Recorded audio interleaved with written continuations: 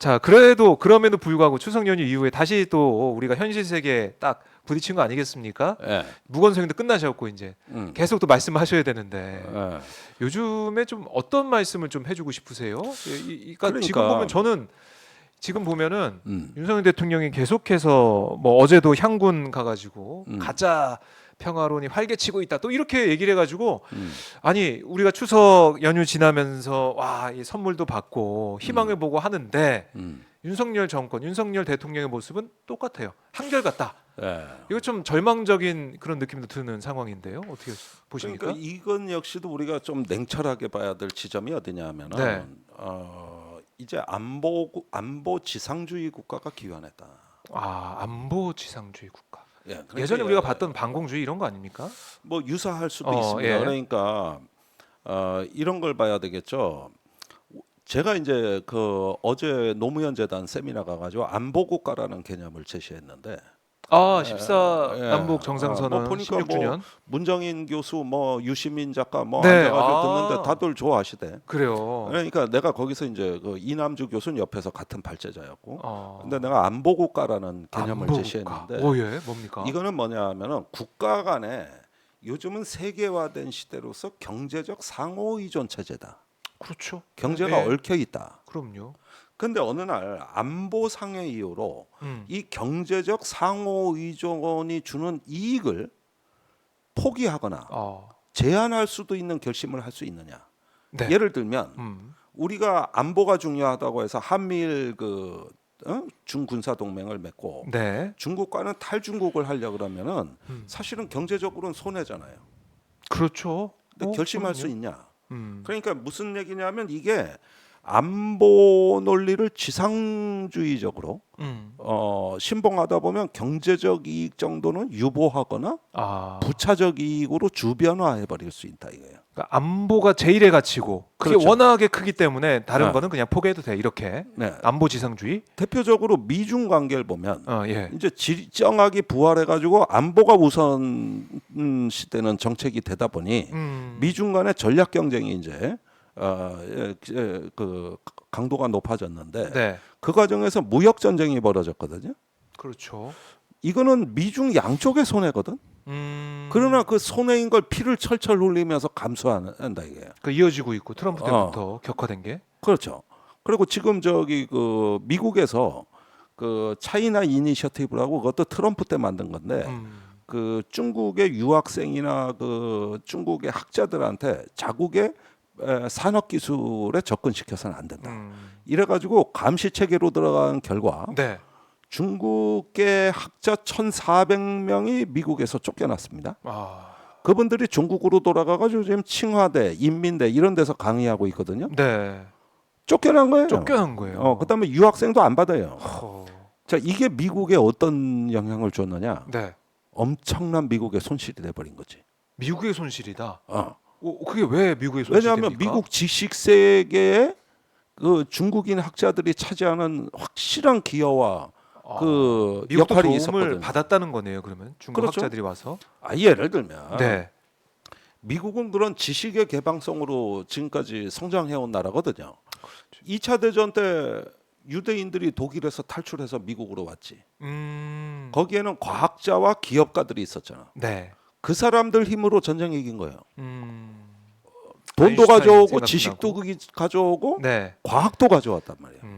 그러니까 전 세계의 그런 어떤 에너지를 빨아들이는 개방 국가가 결국 독일과 같은 폐쇄 국가를 이긴 거거든. 그게 미국의 힘이고 그걸로 그렇죠. 강대국이 된 건데. 네. 그리고 지식이나 과학 기술이라는 거는 대부분 이렇게 어떤 한두 명이 독주하는 체제가 아니라 하나의 어떤 그 생태계를 형성하고 있기 때문에 네. 어떤 한쪽에서 기초 과학이 좀 부실해지면은 이것이 언젠간 전체에 영향을 주거든. 그러니까 중국의 학자들이 미국으로 1,400명이 쫓겨났죠. 네. 그리고 중국을 통제했지. 그러니까 중국에서 대응 조치가 나온 게 뭐야? 거기에 맞서서 중국도 가만 안 있었잖아요. 그게 바로 방간첩법이요.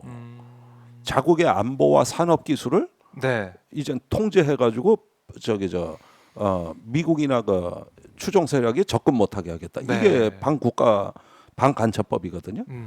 양쪽이 다 막심한 퇴행이지. 그렇죠. 예. 그러니까 이게 바로 안보 국가예요. 안보의 어떤 지상주의적 과제를 달성하기 위해서 네. 어떤 경제 사회적 손실을 감수할 수밖에 없는 상황. 그걸 감수하는 거. 이게 바로 안보 국가. 국민들은 손해인데. 여기에는 예.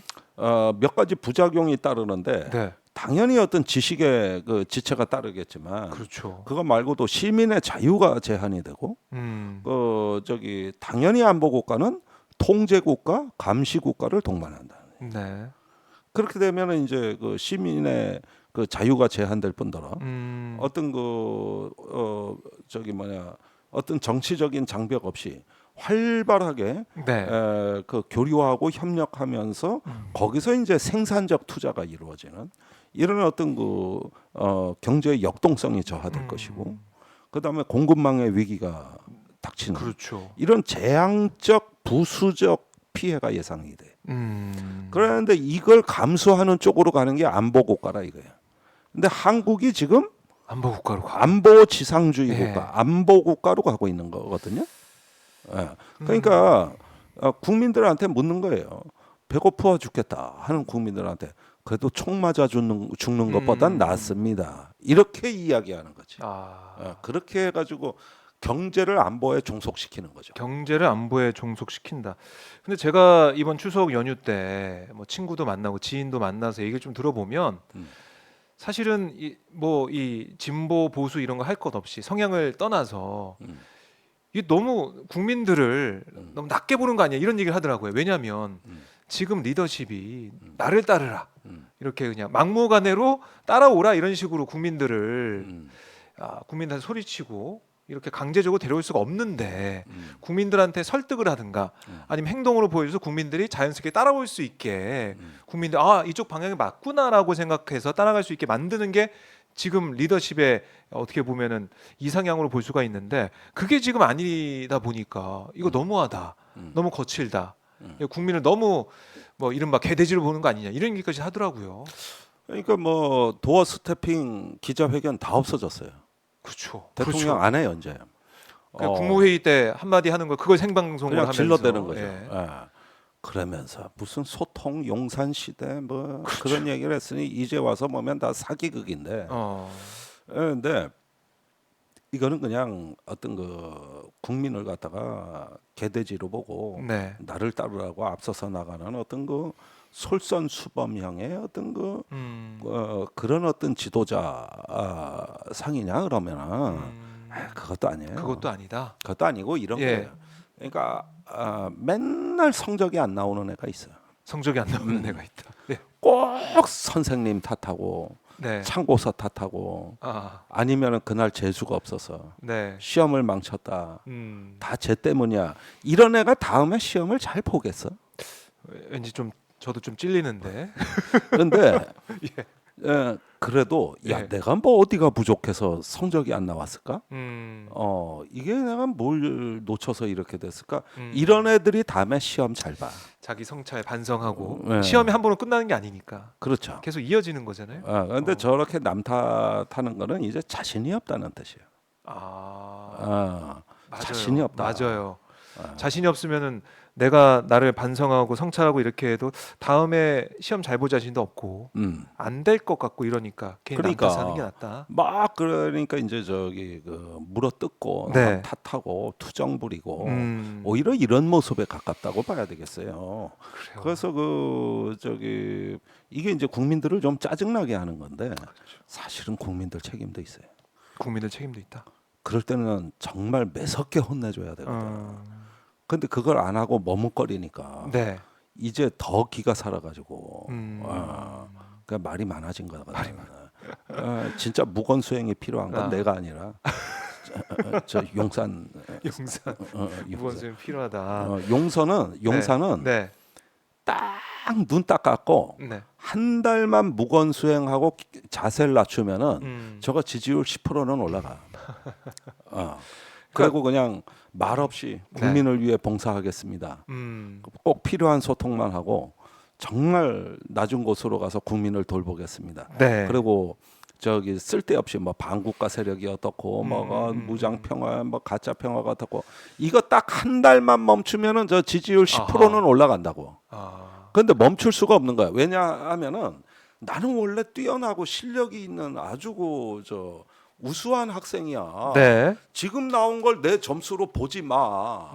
이거는 사실 내가 선생님을 잘못 만났고 가짜 뉴스 때문에. 그때고 선생이 잘못 알려줬고 네.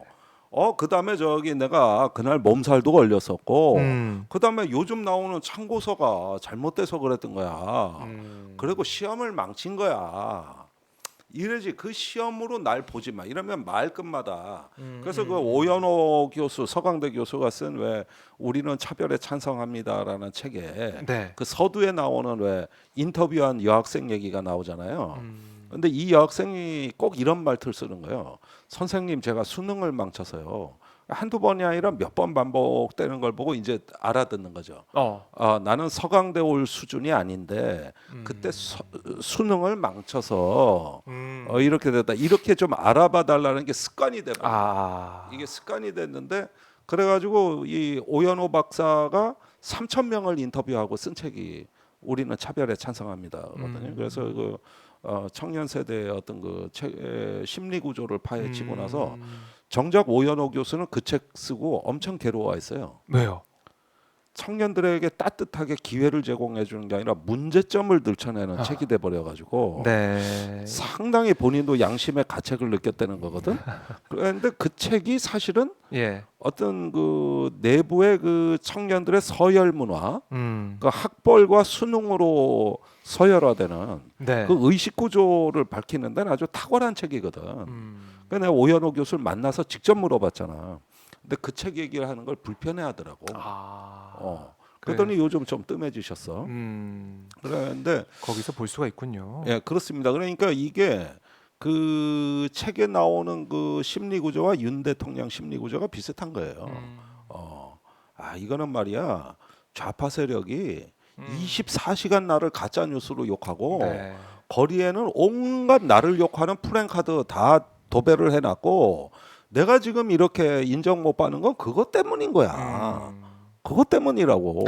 그러니까 이놈들이 얼마나 나쁜 놈들이야. 이놈들 공산주의자야. 이게 이제 그 상당히 그 마사지가 안 된 본심이에요. 그런데 이분이 그걸 한번 마사지를 했어야 되는데 네. 그냥 내뱉는 거예요. 옛날 검사 스타일로. 이렇게 얘기하면 내 본심을, 내 진정성 알아주겠지. 이런 그러니까 생각인지. 꼭 공부 못하는 애들 스타일이라니까. 내가 이게 이제 학생들 비하하는 게 아니라 네. 그 점에서의 그 어떤 유화적 심리를 유화적 정치관을 갖고 있어요. 그러니까 한편으로는 그게 그냥 날 것으로 드러나니까 의도를 짐작하긴 쉬워. 네. 그렇죠. 뭐 복잡하게 생각할 건 없어. 그 워딩 그대로 받아들이면 되니까. 그렇습니다. 네. 그런 면도 있지만 글쎄요. 대통령의 이제 발언을 우리가 그동안 쭉 많이 봐왔는데 이런 발언 또 이런 스탠스와 또 이런 국정 운영 우리가 잘 못 겪어봐서 그래서 참 너무 힘들다. 그렇죠. 그래서 결국에는 이게 이 체제로 계속 갈 수가 있겠냐 이런 얘기 하시는 분도 많고 여러 가지 지적과 비판을 많이 하고 있어요. 근데 이제 지금까지 보수 세력을 그 저기 정치 고관여층 중에 네. 어떤 그 열광적인 그 지지를 끌어낼 수 있는 어떤 극우화된 이 지지율을 확보하는 방법은 문재인 대통령 때 균형 외교, 평화 외교의 기조에 정면으로 반환한 일종의 어떤 그 극우 자유주의 연대를 시도하면서 미국, 일본하고 손을 잡았다. 네. 이 부분에서 지식층에 어필하는 게 있었거든요.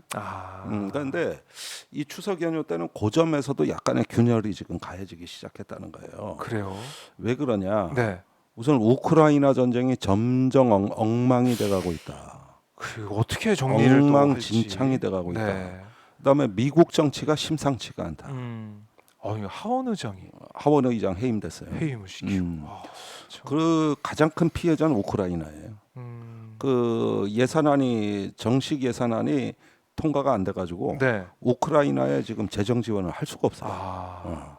그리고 젤렌스키가 유엔에 왔는데 홀대 받았어요.